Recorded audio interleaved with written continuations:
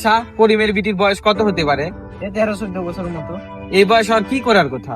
পড়াশোনা করার কথা, খেলাধুলা করার কথা। তা না কি করছে, এই বয়সে বিটিক বিয়ে দিয়ে দিছে। তাও আমার ছেলে এর আগেও একটা বিয়ে করেছিল। খালি বিয়ে না, তাও ছেলের বয়স 40-এর মতো। মেয়েটার জীবনটাই মনে হয় শেষ, আর মনে হয় ভাত খাবে না। স্যার লয় ভালো, ওই ছেলেটার সাথে ওই মেয়ে যায় না। বললাম মেয়েটাকে মারধর করে। খালি মারধর পাগল, এর থেকে এই নি মাইরে শেষা করে ফেলাছে। ওকে যারা মারে তারা একটা কাপুরুষ। করিমি আর মেয়ের জীবনটা নষ্ট করে দিল। মেয়েটা পড়াশোনায় খুব ভালো ছিল। অতিরিক্ত লোভ করলে এরকম হয়। ওর বাবাটা একটু বেশি লোভ করেছিল। ঠিকই কসু, অতিরিক্ত লোভ করা যাবে না। চল যাই। বাজারে। তোর মা তো কয়েকদিন ধরে অসুস্থ। অসুস্থ তো আমি কি করব? এগুলো ওষুধ ডাক্তারে লিখে দিছে। এগুলো ওষুধ তোর মাকে খাওয়ানো লাগবে। ওষুধ লিখে দিছে, খাওয়াতে হবে। এগুলো আমাকে বলতেছো কেন?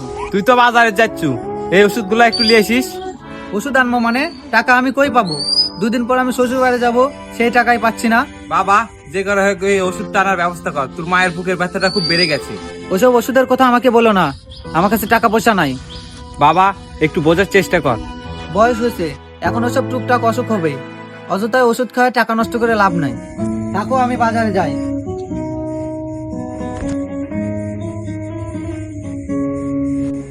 বাবা, তোমাকে যে কথাগুলো কিভাবে বলি। আরে কাকা বলেন, সমস্যা নাই। তোমার চাচি 2 বছর থেকে অসুস্থ। বুকের একটা হাড়ের সমস্যা হয়েছে, ডাক্তারে বলেছে অপারেশন করতে হবে। অপারেশন করতে 2 লক্ষ টাকা লাগবে। এত টাকা তো আমার কাছে নাই, তাই ওষুধটা খাওয়ায় ব্যথাটা থামায় রাখি। কয়েকদিন ধরে ওষুধ খাওয়াতে পারিনি, আমার কাছে টাকা নাই। তুমি কি আমাকে 2,000 টাকা ধার দিতে পারবে? কাকা, টাকা ধার নেন, সমস্যা নাই, কিন্তু একটা বিষয় জানার ছিল। বলো বাবা। কাকা, আপনি আমার কাছ থেকে টাকা ধার চাচ্ছেন, আপনারই তো ছেলে আছে। ওই জানার কথা আমাকে বলো না। কেন কাকা? একটু আগে ওর সাথে ওখানে আমার দেখা হয়েছিল। ওকে বললাম তোর মা অসুস্থ, বাজার থেকে ওষুধটা নিয়ে আয়। ও আমাকে কি বললো তুমি জানো? মায়ের বয়স হয়েছে, এই সময় টুকটাক অসুস্থ হবে, ওষুধ খায় টাকা পুরা লাভ নাই। কি বলেন কাকা, এইভাবে বলি স্যার? কাকা, আমার কাছে তো টাকা নাই, বাসায় যান, ফোন দিয়ে দিচ্ছি, টাকা দিয়ে দিবেন। আচ্ছা বাবা, ঠিক আছে। আচ্ছা কাকা, যান। তোদের কাছ থেকে আমি পরামর্শ চাচ্ছি, কি করলে শ্বশুর শাশুড়ি খুশি হবে? তুই মনে হয় তোর শ্বশুর শাশুড়িকে একটু বেশিই ভালোবাসিস। বাসবো না মানে? আমি যখন শ্বশুর বাড়িতে যাই, তারা আমাকে অনেক আদর আপ্যায়ন করে। তোর বিয়ে করে কতদিন হচ্ছে রে? এই 2 মাসের মতো। তোর বয়স কত? এই 23-এর মতো। তোর বাবা মার সাথে সম্পর্ক 23 বছরের, আর তোর শ্বশুর শাশুড়ির সাথে মাত্র 2 মাসের। তুই কাকে বেশি ভালোবাসিস, তোর বাবা মাকে না শ্বশুর শাশুড়িকে? এরকম প্রশ্ন করলি মানে? আমাদের জীবনে অনেক ভালোবাসার মানুষ আছে, তবে সবাই এক না।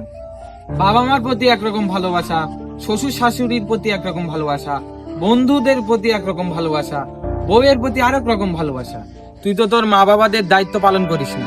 তুই ছেলে বেঁচে থাকতে তোর বাবা তোর মায়ের ওষুধের জন্য অন্য কারো কাছে কেন টাকা চাবি? তুই তো ছেলে নামের কলঙ্ক। তুই তোর বাবাকে কি বলিস? এ বয়সে টুকটাক অসুখ হবেই, ওষুধ খাওয়া টাকা নষ্ট করে লাভ নেই। যে মা তোকে ছোট থেকে বড় করলো, সেই মা বাবার অবদান ভুলে গেলি। সেই মা বাবার অবদান তুই ভুলে গেলি। এখন বলতেছিস শ্বশুর শাশুড়িকে কিভাবে ভালো রাখবো। পরামর্শ দে, এখন চিন্তা ভাবনা করে দেখ, তোর মা বাবা তোর জন্য কি না করছে। তোরা ঠিকই বলেছিস রে, আমারই ভুল হয়েছে আমার বাবা মার সাথে খারাপ ব্যবহার করা। তুই তোর ভুলটা বুঝতে পেরেছিস, এটাই অনেক। এই গল্পটি বাস্তব জীবন থেকে নেওয়া। শ্বশুর শাশুড়িকে পেয়ে বাবা মাকে ভুলে যাবেন না। বাবা মার প্রতি আপনার যে দায়িত্ব, সেটা সবসময় পালন করবেন।